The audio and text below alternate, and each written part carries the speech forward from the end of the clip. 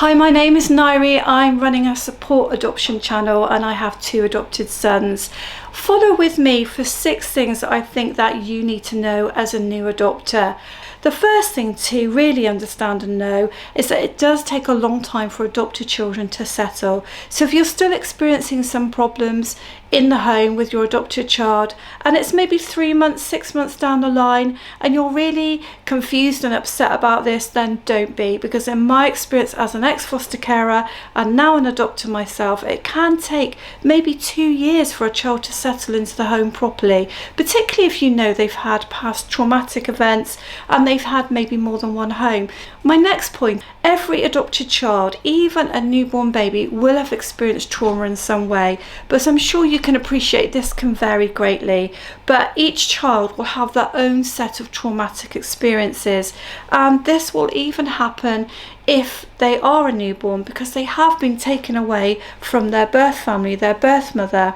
Even though adopters feel that they can do a terrific job to eradicate all of that trauma, and many of us work really hard to do that, but every child still has kind of like a blueprint of their behaviors that they carry with them throughout life, in my experience. So you may be able to settle your child and you may be able to bring down those behaviors to a lower level, but the reality is that a lot of the patterns that they have constructed around themselves to protect themselves will still be there later. My next point is that family and friends, however compassionate they are, helpful they are, however much they're there for you, many of them will not understand the way that you need to parent your adopted child.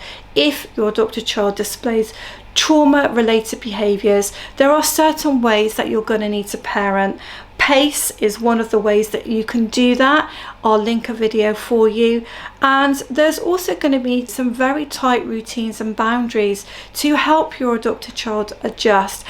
And for some family members, this may be very difficult to accept because it's a very different style of parenting to the traditional style. And you may find yourself being criticised in some way by your family or friends. You may find that there's a great misunderstanding there about what you're trying to achieve. But of course, you're the only one in the home with your child, and you're the only one who sees what these behaviours are like and knows how to deal with your adopted child. So as a new adopter, you may find that really frustrating when family and friends just don't understand. My next point for new adopters, point number 4, is that often preschools or schools also don't understand. Some of them are better than others, and as you go and visit and look around, you will find that some have a greater understanding of trauma-related therapeutic methods. But for many schools and preschools, there hasn't been a training there for them to understand how trauma impacts on your child's behaviour, and you will possibly find it frustrating as you go around to new schools, preschools, and ask the questions about how many adopted children they've had, what methods they use within the school to help the emotional development of your child. For a new adopter, what I would advise to you and to tell you now, what you will find is you're going to need to fight all the way for what you want for your adopted child, and you're going to need to question and challenge and be that advocate. And my 5th point for you for new adopters is to not forget the small things that mean a lot to your adopted child around the home and around your local community. It's often the small things, the routines, the mundane things, the things that you provide for them on a daily basis that mean a lot to adopted children. It's not really the grand gestures. It's not really the bigger gifts or the bigger trips or the bigger holidays that mean so much to them. Everything that is routine and becomes part of the fabric of family life are the things that really keep your adopted child grounded and feeling supported. So again, don't look at what other people are doing and think you need to match with that.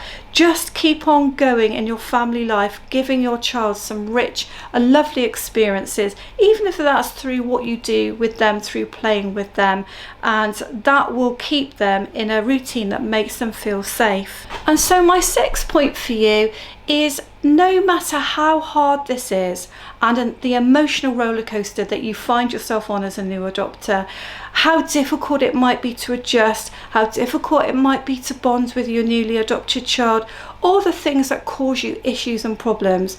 What I can safely say to you all these years on is that you will never do a better thing, that you will find that this is the best thing that you've ever done. In so many ways it will enrich your life, and of course it will enrich the adopted child's life too, and you won't look back. So even if it seems difficult in the beginning, as you develop and evolve as an adopter and a new family and find new ways and new strategies of doing things, and the love that you will experience through your adopted child will outweigh all of the difficulties and settling in problems that you may experience near the beginning of your adoption journey.